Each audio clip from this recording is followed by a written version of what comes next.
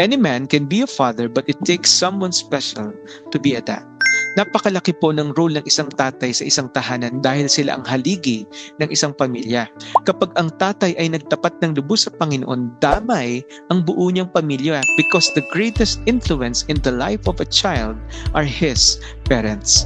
Kaya pala sinabi ng Proverbs 27 that the righteous man walks in his integrity and his children are blessed by him. Mismong ang Diyos ginamit ang salitang tatay para ikapit sa kanyang pangalan. Sabi nga ng 2 Corinthians 6:18, "And I will be a father to you, and you will be my sons and daughters, says the Lord Almighty." Samahan niyo po ako sa isang napakagandang pag-aaral nito na pinamagatan nating God is our Abba Father. Meron po ako nilista na 7 kinds of father. Marahil yung tatay nyo nandito o maring wala. Pero tignan natin itong mga to. Number 1, the absentee father. Minsan nandyan, madalas wala. Bigla nagpapakita, nawawala ng parang pula. Pangalawa, the traditional provider. Sub-sub sa trabaho. Yung tatay na to. Talagang lahat ng trabaho pinapasok niya at napakasipag niya sa kanyang ginagawa para makapag-provide sa kanyang pamilya. Number 3 is the best friend father. Para bang walang generational gap. Tropa-tropa lang kayo. Number 4, the passive father. Nandyan siya, kasama niyo siya, pero hindi siya madalas nagsasalita. Para bang di siya nag-react. Ang tawag nga nila dito, nonchalant. Diba? The passive father. Pag tinanong mo siya, Dad, ano bang gagawin natin dito? Sagot, tanungin mo yung mama mo. Diba? Number 5, the disciplinarian father. Dito pumapasok yung mga tatay na malupit pagdating sa disiplina. Mataas ang authority at medyo overprotective. Number 6, the nurturing father. Ito naman yung pinakamatigas na tatay sa kanilang lahat. Tigasaing, tigalaba, tigaluto, takusa, takot sa asawa. Pero the nurturing father are the ones na very sweet at napakalambing, napakaalaga pagdating sa kanilang mga anak at sa kanilang pamilya. And number 7 is the proud father.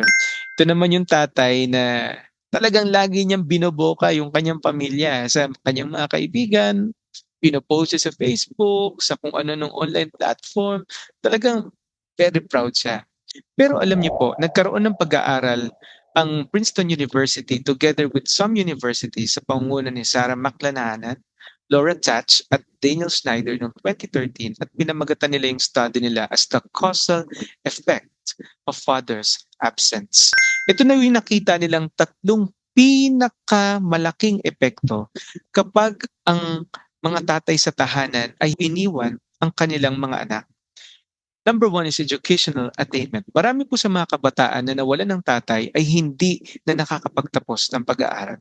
Ayon sa kanilang mga na-interview sa 10 bansa na ito, karamihan sa nawalan ng tatay hindi na nakakapag-college, hindi na nakakapag-high school, nagda-drop out kasi hindi na rin kayang paaralin ng nanay. Pangalawa, social emotional adjustment. Napansin nila sa kanilang data na yung mga tao na nawalan ng tatay, lalo yung mga lalaki, nagiging agresibo, delikwente, at sila ay walang pakialam sa authority. Mabilis silang sumuway sa mga otoridad kasi hindi sila nasanay na magkaroon ng firm authority sa home. Ganon din yung nakita nilang effect naman sa mga babae. Ang mga babae na madalas walang tatay ay nagkakaroon ng risky behavior at ayon sa kanilang pag-aaral, maaga pumapasok sa sexual intercourse na i-involve sa teenage pregnancies. Yung pangatlong effect is the adult mental health. Hindi lang daw ito natatapos sa stage ng pagiging bata, teenager, yung kaisipan na wala kang tatay. Pero napansin nila, karamihan sa mga nagfo-fall into depression and anxiety at nahihirapang mag-keep ng relationships are those people na lumaki ng halos walang presensya ng kanilang tatay. Ito pala yung sinasabi na very crucial ang role ng haligi ng isang tahanan. Sa Bible po, dinescribe na malinaw kung ano ang mga roles ng mga tatay. Number 1 is the father should lead his family. Kaya nga si Joshua, ang sabi niya, as for me and my house, we will serve the Lord. But we are not just the leaders, but we are also the teachers. Alam niyo po ba na yung sinabi na the greatest commandment of God, to love the Lord your God with all your heart, soul, mind, and strength, yun po ay sinabi ni Moses sa mga tatay. Ang una at primary teachers ng mga anak in the Israel during that time are not the priests, but the fathers. The father should teach. A father protects. Fight for your brothers, your sons, your daughters, your wives, and your homes. A father provides. Sabi ng 1 Timothy 5:8, if anyone does not provide for his relatives, he has denied the faith. Minsan, ang idea natin ng pagiging tatay ay yung magdala lang ng pagkain, ng laruan, mabili yung mga bagay na gusto ng ating mga anak, magkaroon tayong panggastos yung ating asawa. That's the idea of being a father. But being a father is more than just providing food and money in the needs of your family. Kasi hindi lang naman physical needs ang kailangan ng tao. Kailangan niya ng spiritual needs. Kailangan niya ng emotional needs. Di ba? Hindi lang yan tungkol sa finances. You need to provide time and effort and love for them. At syempre, a father disciplines. Napakalaki po ng ambag ng disiplina sa buhay ng isang anak. Mahirap palakihin sa luho at sa layaw ang isang anak at walang disiplina. Napakalinaw po ng sinabi ng Bible that God is our Abba Father. Makikita po natin ito sa mga talatang ito. Na lalo na nung sinabi ni Paul that you have received the spirit of adoption, nung tinanggap mo si Kristo at sumampalataya ka sa Kanya, sabi ng John 1:12, binigyan ka ng karapatan na maging anak ng Diyos. At ang Espiritu Santo ay nasa iyo na, inadopt ka ng Panginoon. Grabe, no? Ito yung crown jewel ng salvation yung adoption. Pwede ka naman na iligtas na lang ng Diyos, patawarin. Pero ginawa ka pa niyang anak. Tapos ang sabi ng Bible, we can cry, Abba, Father. Ano bang ibig sabihin ng Abba, Father? So, ang Abba, Father po, it means a deeply personal, loving, trusting relationship with a respected Father. Ang Abba, Father po signifies not just yung Tay. Ay, Tay. Iba yun Pero yung Dad, Tay, dito ka naman, kailangan kita ngayon. Di ba? Merong personal attachment, merong personal relationship. Close. Sabi ng Matthew chapter 6 verse 9, nung nagpaturo yung mga disciples kay Jesus, how to pray, ang sabi ni Jesus, our Father in heaven. Kasi nais ng Diyos na lumapit tayo sa Kanya bilang siya ang ating Ama at tayo ang Kanyang anak. Napaka-personal ng relationship na meron tayo sa Panginoon. And because of that, we have these privileges mula sa ating Abba Father. Number one, bilang mga anak niya, we can come to Him as His children. Ang sabi ng Hebrews 4:16, let us then approach God's throne of grace with confidence. Pinag-usapan po natin nung nakaraan yung pagkakaiba ng justice, ng mercy at ng grace. Ang justice is getting what we deserve. Ang mercy is not getting the punishment we deserve. Naawa ang Diyos sa atin Ang grace is getting what we do not deserve.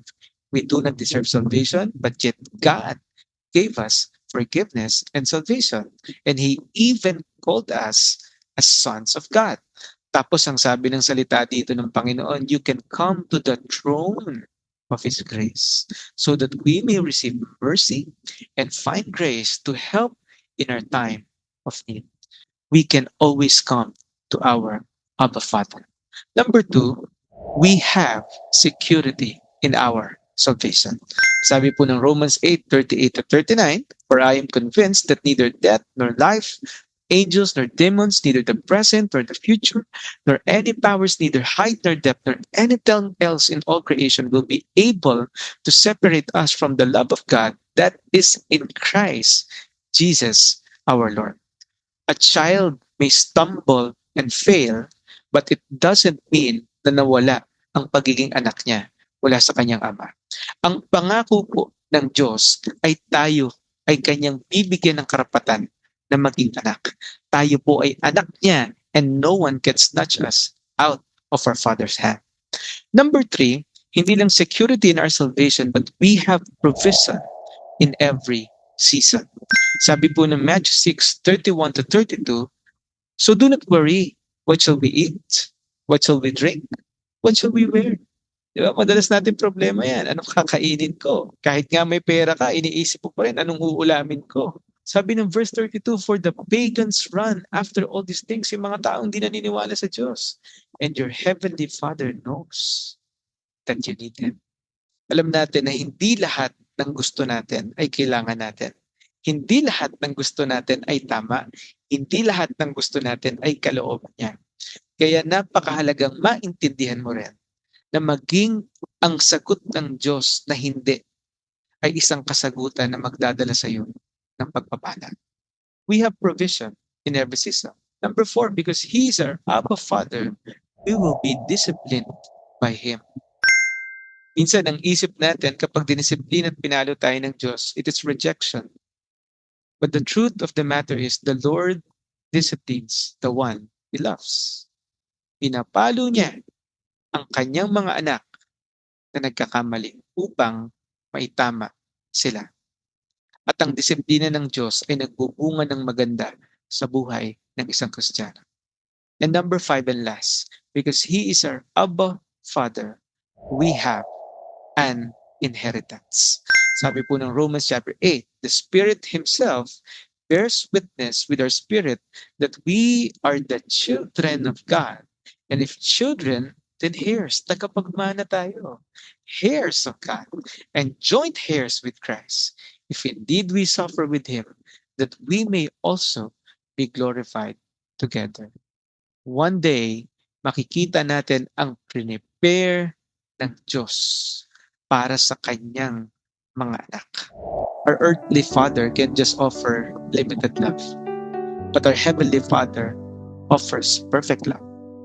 Earthly father sometimes absent, makes mistakes, limited in wisdom, limited resources, temporary lang yung buhay. Di ba? And He cannot save us from our sins. He can correct us, but He cannot save us from our sins. But our Heavenly Father never leaves us. He's perfect in all His ways. Infinite sa wisdom. He owns everything. He is eternal. And He can save you from your sins. Kung wala ka pang natatanda ang moment na tinanggap mo ang Panginoong Hesus sa puso mo bilang Diyos at tagapagligtas ng buhay mo, aminin mo ikaw'y makasalanan sa isang panalangin. Humingi ka ng tawad at sumampalataya ka sa Panginoon bilang Diyos at tagapagligtas ng buhay mo. At bibigyan ka ng karapatan na maging anak ng Diyos. Kung ikaw naman ay Kristiyano na, tandaan mo that we have our Abba Father. We can cry to Him, we can go to Him, we can thank Him, palalimin natin ang relasyon natin sa ating Ama. Sabi ng Matthew chapter 6, verse 30 to 33, if that is how God clothes the grass of the field, which is here today and tomorrow, thrown into the fire, will He not much more clothe you, you of little faith? So do not worry, saying, what shall we eat? What shall we drink? What shall we wear? For the pagans ran after all these things, and your heavenly Father knows that you need them. Pero sabi ng verse 33, instead, seek first His kingdom and His righteousness, and all these things will be given to you as well. May this lesson be a blessing and a challenge to all of you. God bless po sa inyong lahat. Mga kapatid, we can always come to God because He is our Abba Father.